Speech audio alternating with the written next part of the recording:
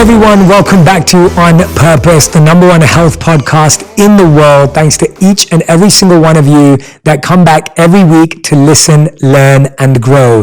Now, it's not every week that you get to sit down with one of your heroes and legends. I am not overestimating at all. This is someone that was on my original list of people I wanted to sit down with when I started this podcast. You know that I want to sit down with thinkers, activists, philanthropists, and people that are doing work in the world that inspires me and can inspire all of us to do more. I'm speaking about the one and only Jane Goodall. Jane, thank you so much for being with me here today. I am so grateful to spend this time with you, and I thank you for giving me this opportunity.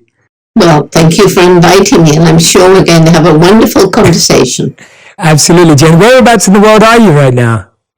I'm in England, south of England, Bournemouth, in the house where I grew up, where I have been grounded since the beginning of the pandemic. Wow. I read that one of your favorite novel series was Tarzan. I wanted to know what about that story lights you up and why it's one of your favorites. Well, actually, when I look at the original Tarzan of the Apes that inspired me, I was 10 years old, and I wanted to go to Africa. I wanted to live with wild animals in the forest. I thought Tarzan married the wrong Jane. If I read the book now, I don't like it because there's an awful lot of killing and death and all that stuff. But that's what inspired me, and that's what made my dream. I will go to Africa, live with wild animals, and write books about them. Because back then, we're going back like 78 years or something. Girls weren't scientists. No girls went out in the forest. Everybody laughed at me. Jane, dream about something you can achieve. Not my amazing mother. She said, if you really want to do something like this, well, you're going to have to work very hard, take advantage of every opportunity, and if you don't give up, maybe you'll find a way. That's incredible advice from your mother. What do you think it was about her that she was able to have that vision and that encouragement for you, apart from her love for you? What is it that you think made her special in that way, especially at a time when women were being discouraged from anything of the sort? She had a wonderful mother who was kind of way ahead of her time, and she had an extraordinary father who was a congregational minister. My one sadness is I never met him. He died before I was born. But everything I've read about him, he used to go out in the woods. He would take his children out and tell them about nature. And I knew that I would have got on so well with him. So basically, my mother was special because she had special parents. And that's important for us to know now. I attribute much of who I am and what I've done to the fact that my mother supported me when I was a child. How did it affect you, Jane, when you had this dream and this vision, but people around you told you it wasn't possible? I mean, the words you shared of people that you spoke to sounded very discouraging, especially for a young person. And I feel today a lot of young people hear different things, but it's the same message. You're not smart enough, you're not good enough, you're not the right person, it's not the right time. How did that make you feel, and how did you process that at the time? Well, you see, because I had this supportive family, it wasn't only my mother, I lived with her, and when war began, I grew up in World War II, and when the war began, Mum brought me and my sister to live with her mother here in this house, and it was with my mother's two sisters, and her brother came as often as he could from London. He was a surgeon. He had to deal with the victims of the Blitz, when London was bombed day after day after day. So I was just surrounded by this supportive family of extraordinary people, and I didn't care what the outside world said. But the reason I take this message around the world, what my mother said to me, hundreds of young people have written to me or said to me, Jane, I want to thank you because you taught me, because you did it, I can do it too. That's a beautiful message, and it's amazing to hear it from you, especially with your life journey and living through World War II as well, and just just that whole period of your life that you've been through. I love that you're sharing that message, Jane. I think it's such a brilliant, brilliant, brilliant voice that we all need to hear today. And unfortunately, it seems that the world is always dealing with a new set of critics, more discouragement, and a new set of cynicism or skepticism. And we need voices like yours that continue to break them down and help inspire us to think differently. I'm very grateful I grew up in the war because I learned to take nothing for granted. You know, everything was rationed, food and clothes and petrol, everything.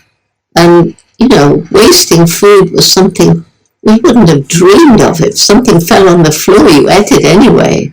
And nothing was wasted, nothing. And you didn't even take life for granted because your family's friends were dying. So growing up in the war, I think, helped to make me what I am, without any question. Yeah, how do we process that today when, you know, my generation, obviously younger generations, we're not growing up at that time. And sometimes people feel guilty. They feel, well, I haven't had that experience, so I don't know how to live with that gratitude or not take things for granted. Or sometimes people feel, well, I've got other problems today. How do you recommend people today process that gift and opportunities that we have today? Well, I think actually we're living through a war right now. I lived through the war with the Nazi Germans.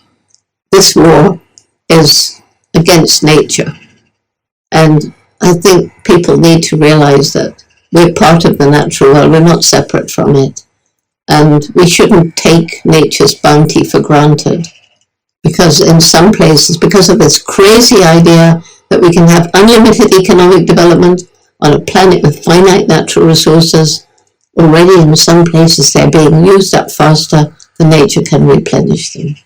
So once young people understand this, they too can learn not to take nature's bounty for granted.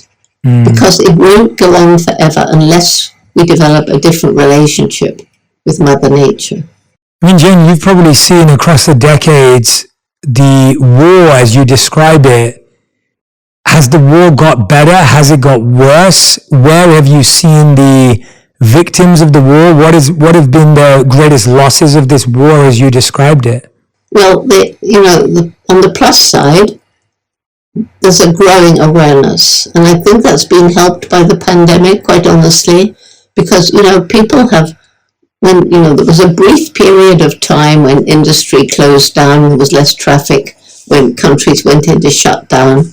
And you can imagine in some cities where the air was polluted and there was just traffic and cement, they got a little glimpse of how things should be, like looking up and seeing stars bright in the night sky instead of through a haze of pollution or even not at all.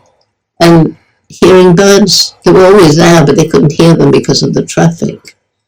And so it's woken people up to how the world could be and should be. And they won't want to go back to that level of pollution and noise. And so that's a sign of hope that more young people are understanding we need to change this. Somehow, we need to get back to a better relationship with Mother Nature. What are some of the simple and practical things you think that people can do in their own homes, in their own spaces to start that journey? What would you recommend to them if people are saying, I see that, Jane, I do see that, I prefer it when the world isn't polluted. I do see that we are taking nature for granted. But what do I do? What can I do? If I do one thing, how's that going to help? When people have that mentality, how do you respond to that? Well, it's more than just one thing. I don't think there's any one thing. It's a whole plethora of things. Mm-hmm. And the main thing for young people is to help them understand, and adults too, every single day, every single one of us makes some impact on the planet. And unless we're living in dire poverty, which is another subject, then we have a choice as to what sort of impact we make. For example, what do we buy? Ask ourselves, did its production harm the environment? Did it lead to cruelty to animals? Is it cheap because of unfair wages? If so, don't buy it. And then the companies, and it's happening, will gradually realize that consumer pressure is changing the way they operate. And so it's for young people, this program we have for young people, Roots and Shoots, they sit down together in their group and they talk about the things they care about. Some will care about the environment, some will care about the way we treat animals, some will care about what's happening to people. And they choose a project, work out what they can do, roll up their sleeves, get out and take action. But they share what they do because it's all interconnected. I learned that in the rainforest. And so when young people take action like that, they actually see that they're making a difference. They see that, yes, they can make clean water in a stream that was polluted. And then they realize, well, in these other, because we're in 65 countries now, in these other countries, young people are cleaning up streams as well. It's not just us. Other people care too. We're part of a growing community of youth that wants to interact with nature in a new way because of all the harm that our previous generations have inflicted on poor old nature. Can you give me an example, Jane, of a very human or special moment that you've had interacting with nature? I'm sure there's so many that you've had over the years. I'd love for you to just remember one for us where nature felt truly alive to you, where you experienced nature's abundance and connection to us and our interconnectedness. Because I think, like you said, I was very fortunate. I lived as a monk for 3 years in India, and we lived on a sustainable farm that we managed and created and developed. And I got to see where food comes from and how water is cleaned. And I got to see how trees are planted and grown. And we made mud bricks. And I got to see how long it took to make one brick that would be dried by the sand. And we went through that process. And I went through that for 3 years in my 20s, from the age of around 21 to 24. And for me, seeing that firsthand, I started to realize I had no clue where my food came from, where my shelter came from, where my water or my clothes came from growing up in London, where I was born and raised. Yeah. And those experiences made nature feel so close to me and so much a part of me. Could you share one of your, I'm sure you have so many, but if there's one that you could remember, whether it's with an animal, whether it's with a plant, whether it's in a rainforest, wherever it may be.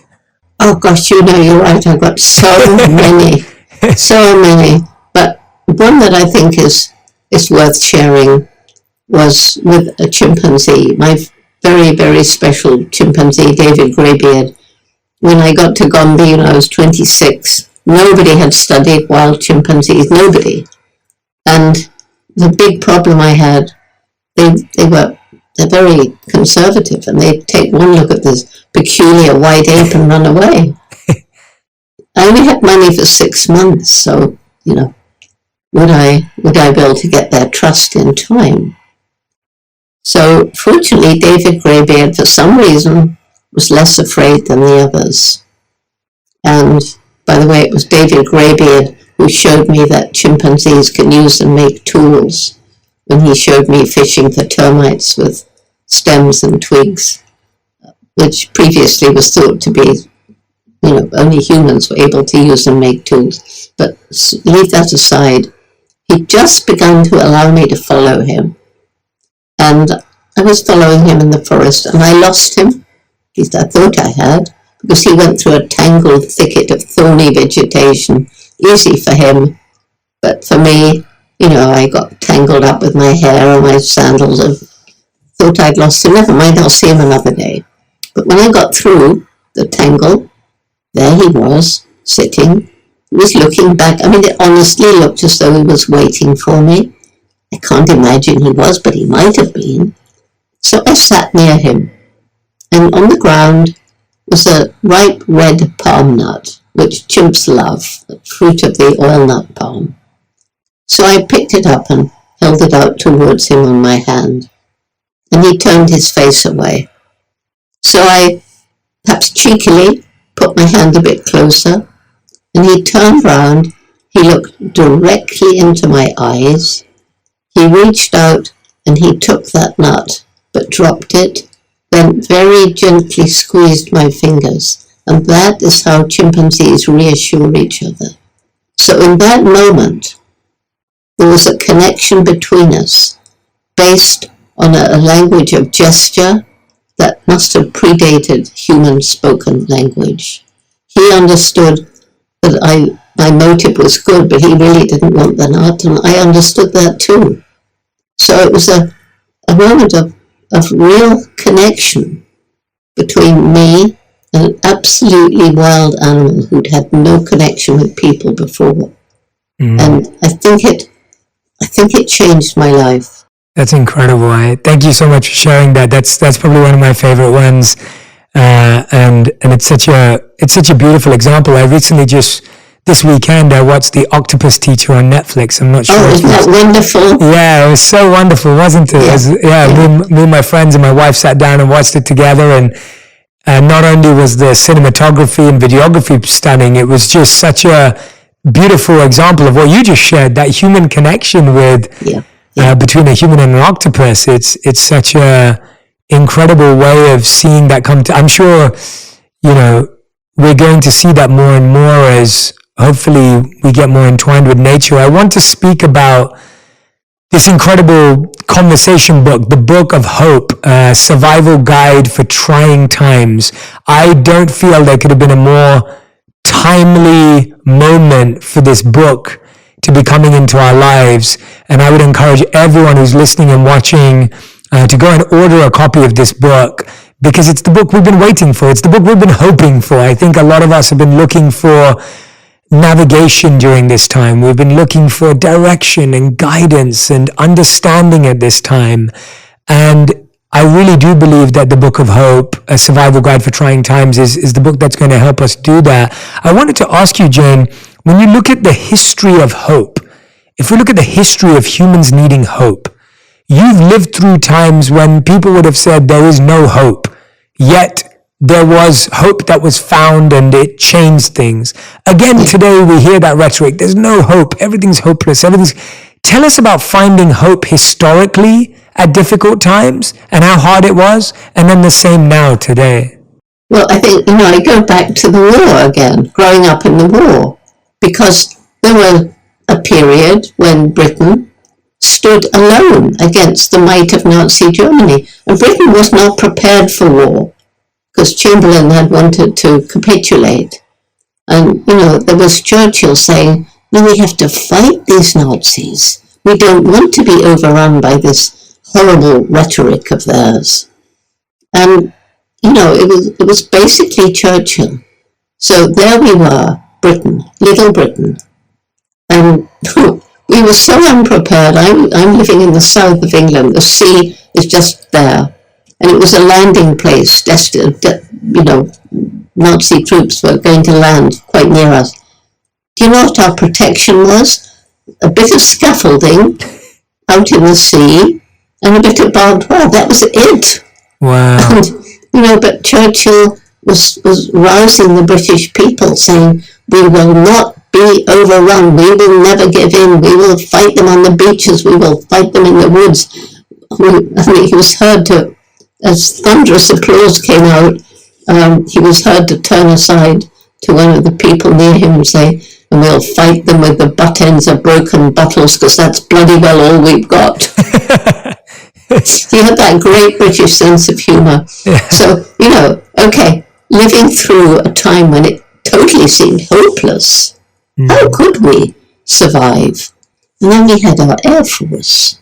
And again, Churchill saying, never in the history of mankind has so much been owed by so many to so few. Because these young men, they went out and they got killed, but they went on volunteering.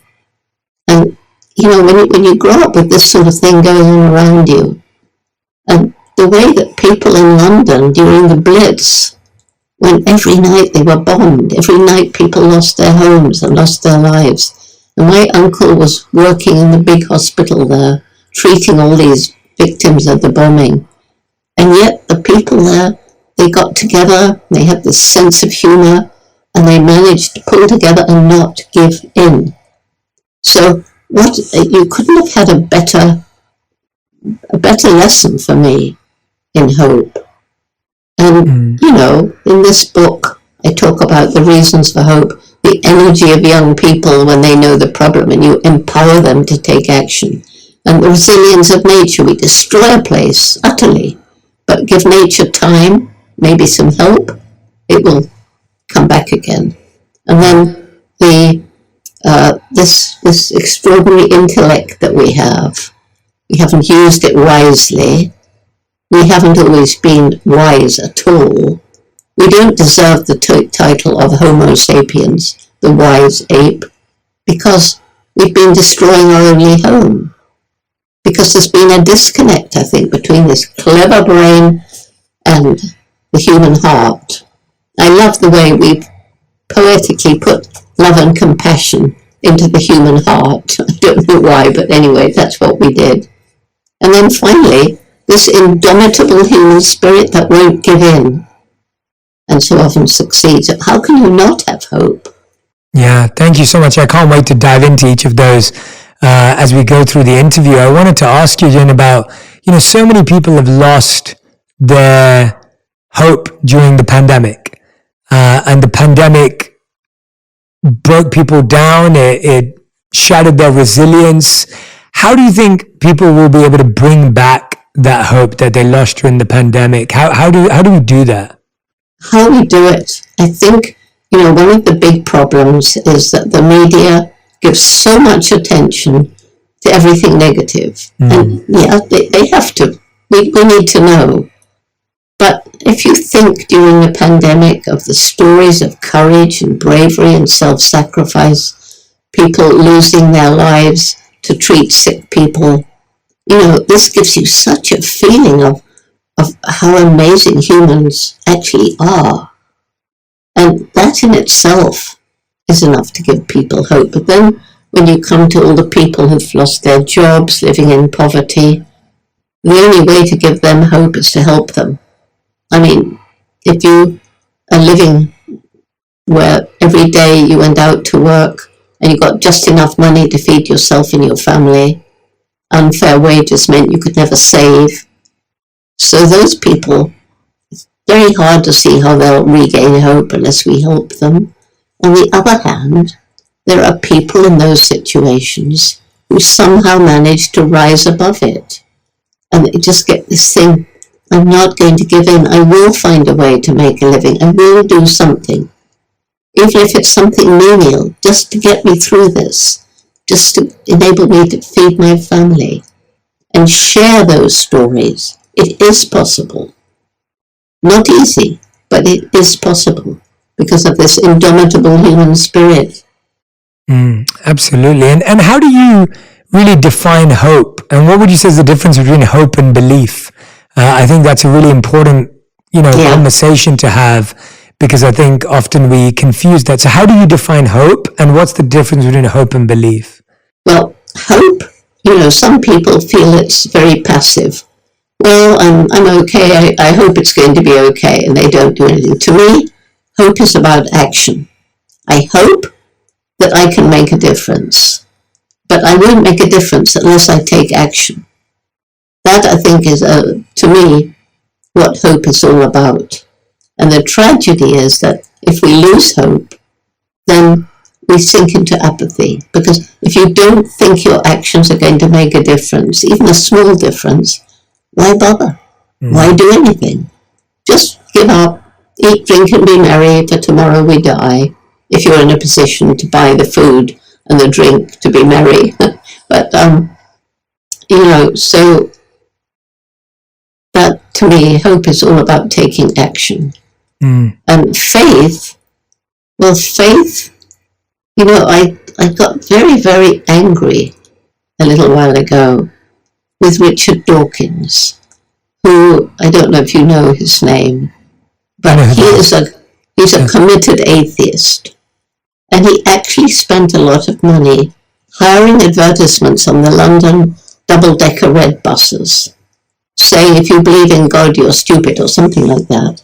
Now, if you think of somebody who's a refugee, who's fled either climate change or war, conflict, and sometimes they arrive, and I'm saying now England, but it could be anywhere, and they've lost their family, they've lost everything, but they've got a faith, they believe in God, that God will put things right. And so people talk about blind faith, but blind faith can give you hope because, you believe in God, God's going to make things right. That gives you hope. God will make things right, but still you've got to do your part. And I think the Bible, I grew up as a Christian, but it could be the Quran, it could be anything. But, the Bible is full of messages about hope and taking action and not just sitting back and letting the world roll by you. That's a beautiful description. That's a wonderful way of breaking down the words for us. And I love how you said that hope is full of action and, making a change and trying to be a part of the solution. And you talk about hope as a survival trait, which I thought was really interesting. And I'm also starting to see, Jane, I would love to get your thoughts on this. I also see hope as a habit. I see it as something we have to practice, as something we have to develop, as something that the more you think of it, the more you build it into your routine and life, the more real it becomes, because it's something that has to be practiced and lived on a daily basis. It's not just an idea or something that happens mentally. What would you think about that if you think of hope as a habit as well as a survival trait? Well, I guess you could say it's a habit, but the thing is, once you start all these people who become totally depressed, sometimes even suicidal, because they look around at the problems of the world and my goodness, they're terrible. You cannot not be depressed if you look around at the problems of the world. That's why, the message is, don't think globally, act locally. Act locally first. See that you can make a difference. And when you see that you make a difference, you want to do more. And so taking that first step gives you hope that your actions do make a difference. And then you want to do more. And as you do more, it's like a feedback loop, and you inspire others to join you. And as you see others making a difference, that increases your hope. And so it spirals like that. And that's what's happening with the young people in our Roots and Shoots program, I think.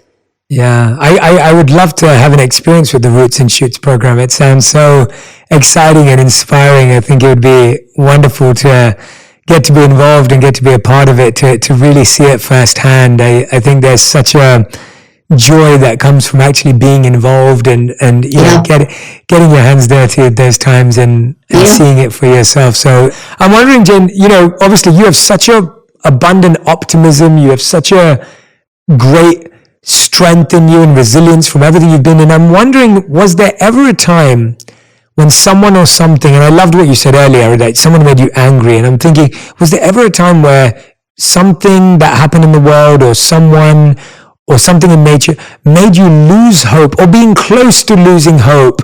And I want to know how you got it back, because I feel like a lot of people are on that cusp of they're just about to lose hope and they just need to grab hold of it again. I've experienced deep depression. And, for example, I spent time in a small wooded area quite close to here and heard the birds. I don't know why I was there, but I was. And 2 years later, it was yet another shopping mall. I was angry, but first of all, I was really depressed. I was sad. I sat there and felt like crying. But then that sadness turned to anger. How dare they do that? Well, I can't save this place now, but there are other places like this that I can try to save or inspire people living there, encourage them to do what they can to save it before it's too late. So I don't know, it's the way I'm made. I'm very obstinate. I'm like one of these dolls. You know these dolls with loaded bases, and you knock them over and they jump up. That's how I am. Yeah. I'm like one of those. I don't know what you call them, but I'm like one of those dolls. I will not be pushed down by anyone. I will bounce up. It's just the way I'm made.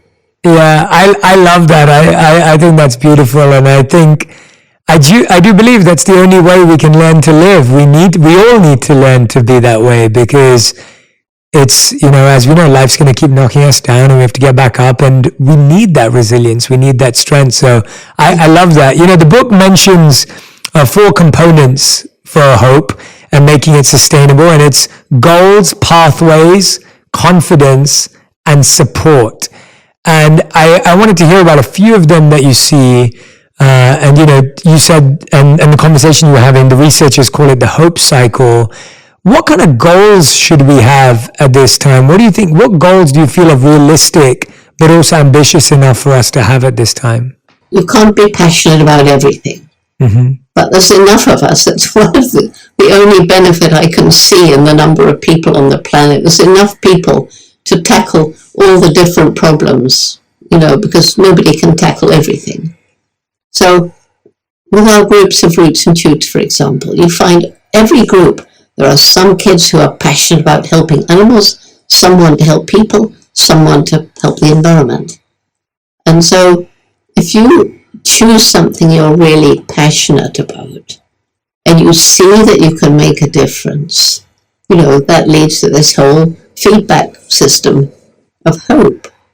So I don't quite know what else I can say about that. No, that's a beautiful example. No, I love that. I thank you so much for sharing that again. I think that's just a great reminder of recognizing that you don't have to change everything and you can't change everything, but that maybe your passion is going to bring you towards a particular area of impact, or a pain that you see is going to bring you to a particular area of impact. Often it's what inspires us, and sometimes it's what hurts us that makes us want to take action. And so I think that's a beautiful answer, and I just wanted to remind people of that. Sometimes as we were discussing, so many people will be thinking, I'm so overwhelmed. There's so many things that the world needs help with. There's, nature, there's animals, there's cancer, and so knowing that people can just start with what is deeply important to them. Yes, that's the way to start, because then that's why Roots and Shoots is working so well, because the kids, they're passionate about what they do because they chose it. We don't tell them what to do. And so a Roots and Shoots group will choose different projects, whether they're in a city or rural area, rich or poor, whether they're in India, Pakistan, and whether they're in Africa or Florida or New York. They're going to choose the projects that are important to them where they live. And so I think it's because it's not a top-down but a bottom-up program, that it's spreading around the world. Yes, absolutely. Truly making a difference. And the thing is, with these 3 projects, animals, people, environment, that every group must choose between them, they all share the result of their projects, and therefore begin to understand how everything is interrelated. I learned that in the rainforest. Every species has a role to play in this beautiful tapestry of life. And I see it as when one species disappears from an ecosystem, it's like pulling a thread from that beautiful tapestry. And as enough threads are pulled, that ecosystem, that tapestry will hang in tatters, and the ecosystem will collapse.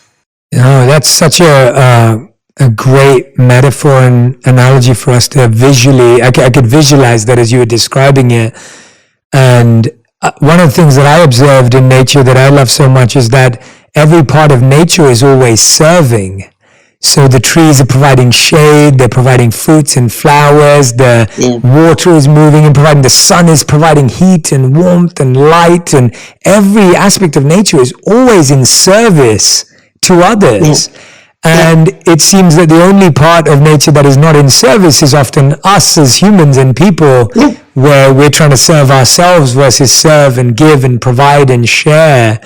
And you talk about this beautiful point about, the reasons for hope. And one of them you give is the human intellect. And we've all heard that it's our minds that separate us from animals. But in your book, you mentioned that great apes can learn 400 or more words of American Sign Language, work out complex problems on a computer. And like some animals you mentioned, I think it's pigs, love painting and drawing. And you mentioned the octopus. Yes, exactly. And so if animals are smarter than most people give them credit for, what is it truly that sets us apart when you use the human intellect as a reason for hope?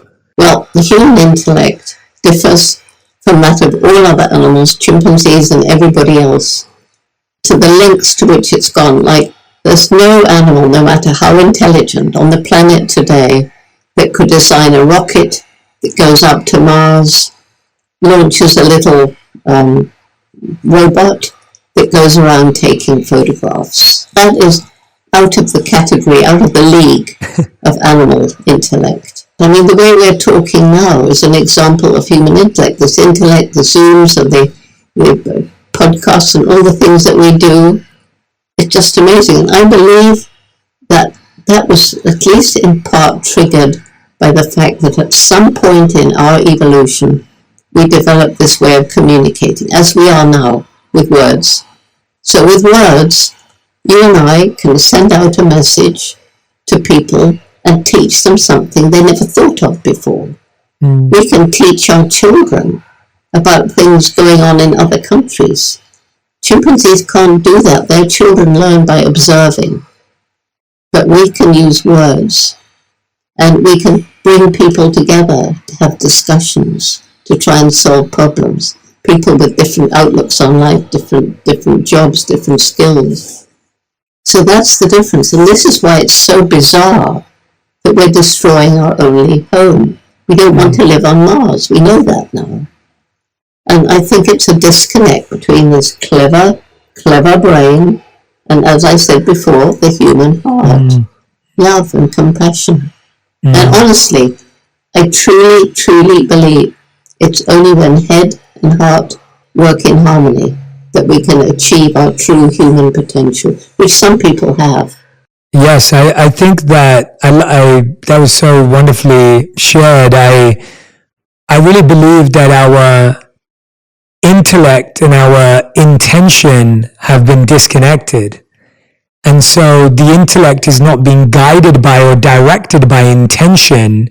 It's being free to do whatever it needs to feel sense gratified and to feel self-obsession almost, freedom to that point. And the love and compassion you're speaking about is such an intentionality with how we use this intellect that we've been gifted with. Yeah, I mean, it was Mahatma Gandhi who said, the planet can produce for human need, but not human greed. Yeah. And, we need a new definition of success. Because at the moment, if you talk to most kids, what's a successful person? Oh, somebody who's making a lot of money, or maybe somebody who's got a lot of power. And that's the way we think about success. To me, success is about having enough that you can feed yourself and your family, you can perhaps go for a nice holiday, that you can enjoy spending time in nature and with your family.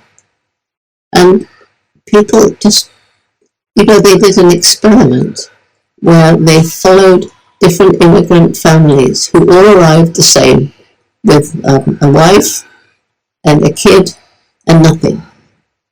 And part of the group, they managed to get jobs and they managed to find somewhere to live, and then they upgraded it. They got a little house. They could send their kids to school.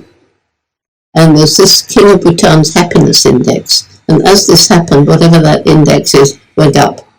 The next group, they, in the same way, started to improve their lives.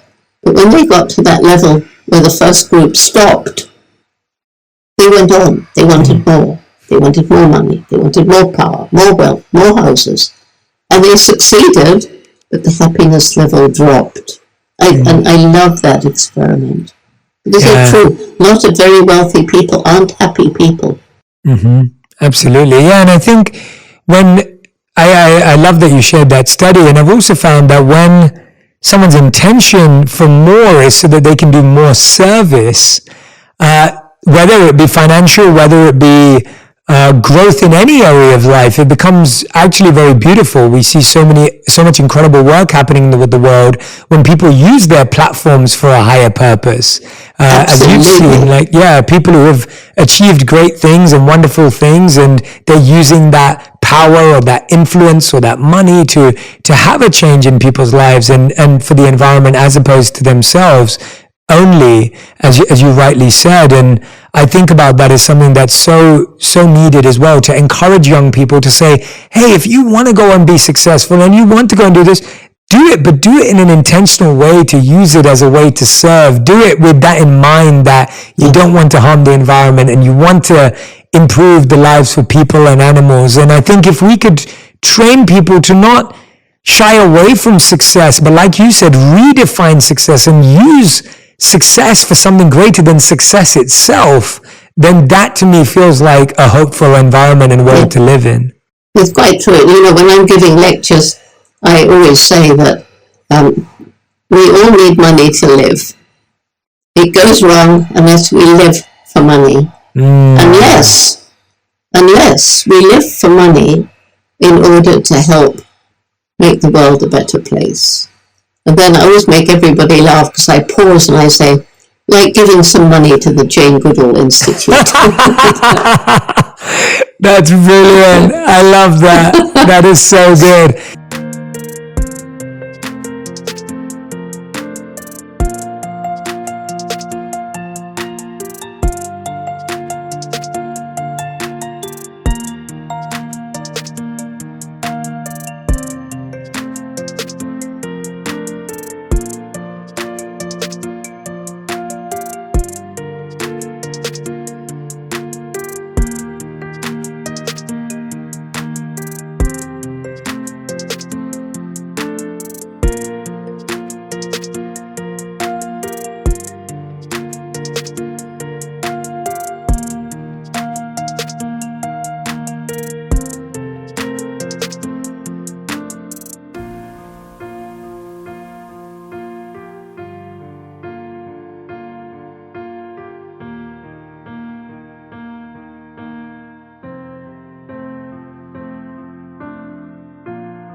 That is such a beautiful statement, though. Could you repeat the full statement for us again? Because it was so perfect, and I was taking it in that I want everyone else to hear it. I want everyone else to hear it again.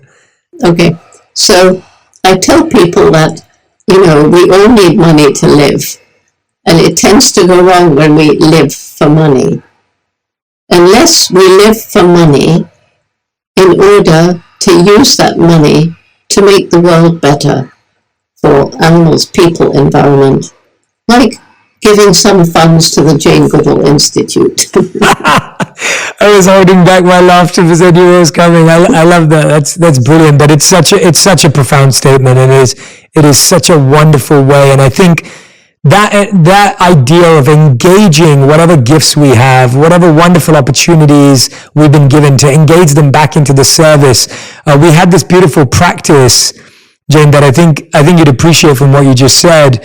When we would, in India, it's common to bathe in holy rivers, whether it's the Ganges, the Yamuna, the Kaveri, many holy rivers. And whenever we would, as monks, bathe in these rivers, the practice would be that we would first scoop out water into our hands, as much as we could have, and then we would pour it back into the river.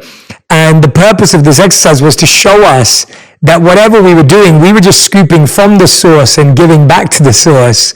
And the idea that any gifts you have, anything that you hold in your life, you want to engage it back into the environment. So we take from the environment, but then we give it back. Yeah. And the amount we take can never be as much as the environment gives to us and offers to us. And it was just always a beautiful ritual that made me remember that you're only here to serve. You're only a steward. You're only a housekeeper. You're not it's not your home. In that sense, it's your home, but it's not you're not the owner. It's your home, but you're not the owner. That's right. And that's why you must feel so sad about the way some of these holy rivers are being polluted and damned. Yeah, absolutely. You know, Yeah. it's heartbreaking, isn't it? It is. It's really painful to watch, and I've been trying in my own way with the organizations I work with to try and be a part of that. But yeah, it's becoming very difficult. And like you said, though, we don't lose hope because we may not be able to impact this one place, but there's another place where that's happening. And I love that you said that. I think that's we often get so attached to who we help and how we help.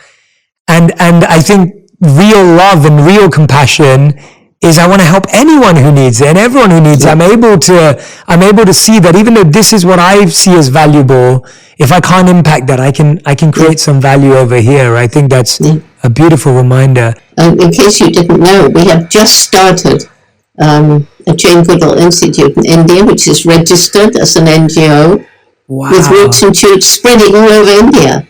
Wow. And, you know, hundreds of young people wanting to help in this fight to restore rivers and things like that. I just thought you might like to know that. Yeah, I am. I love hearing that. I think on my next visit there as well, I'd love to experience that. Sounds amazing. The second reason you give for hope now, and I love these reasons, I think they were so powerful, is the resilience of nature. And one in particular, one story really stands out, and I'd love for you to share it with my community today about the survivor tree. If you were happy enough to share that, I think it would be wonderful for them to hear. I happened to be in New York when the suicide bombers flew into the Twin Towers, and it was terrible. It was terrible being there. You know, everything went quiet, and you could only hear police cars and ambulance sirens. And it was, you know, this total devastation, and it was horrible. It was horrible. Well, it turned out that when they were clearing the rubble, it was about 2 weeks after the towers fell, this young woman, actually, she saw the remains of a tree on a truck.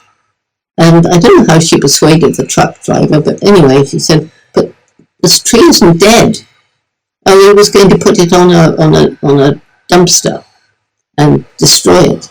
So anyway, she managed to get the tree to a botanical garden, and they nurtured. All that was left was one big root and one trunk with one branch. That's all that was left. But they nurtured it, planted it back on the site where the towers fell, and now it's a calorie pear, not a pear tree, but a calorie pear. And in the spring, it's big now. It has these beautiful blossoms. And so I had a group of my young Roots and Shoots people around on International Peace Day. And the tree was shedding its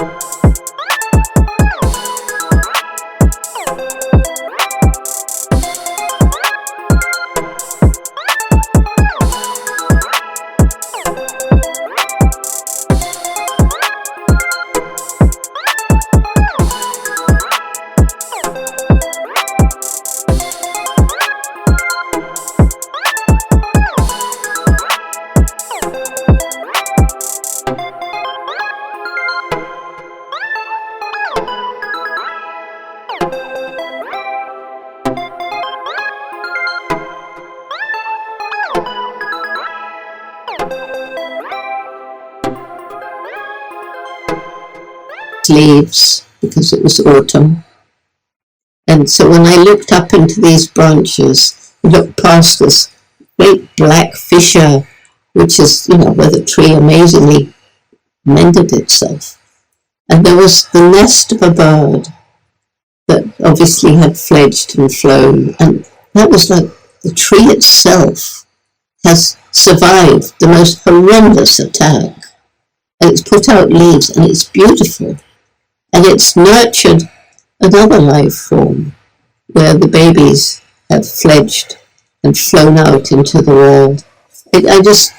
It was so wonderful.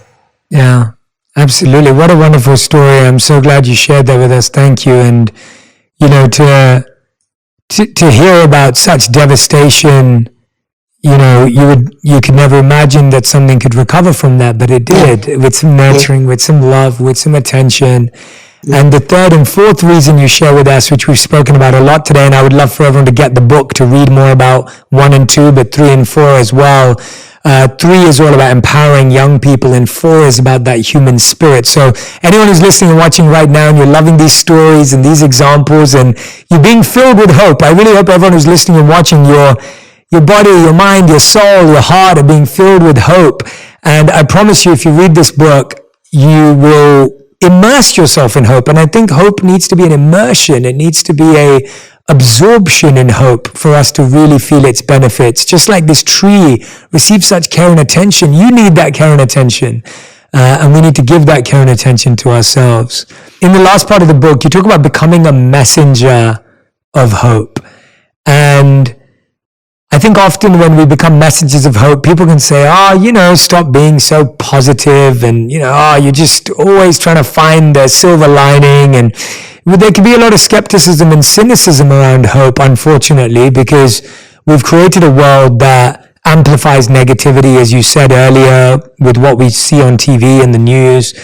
If someone's listening and they're like, Jane, I want to become a messenger of hope, what's something that they could do today for themselves, or practically, Jane, that you think will help them continue that desire to become a messenger or an ambassador of hope?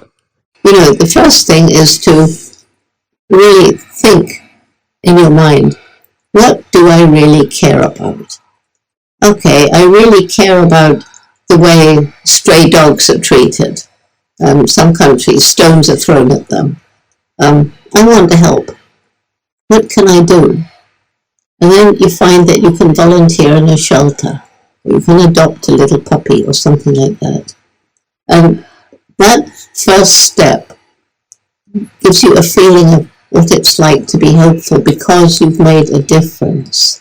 It's going to be different for everybody. And all you need to be a messenger of hope is to feel hopeful, and to be able to tell stories. It's no good talking statistics and all that kind of stuff, because nobody remembers. But stories, like the ones that you asked me to share, people, even if they get the details wrong, they remember the message.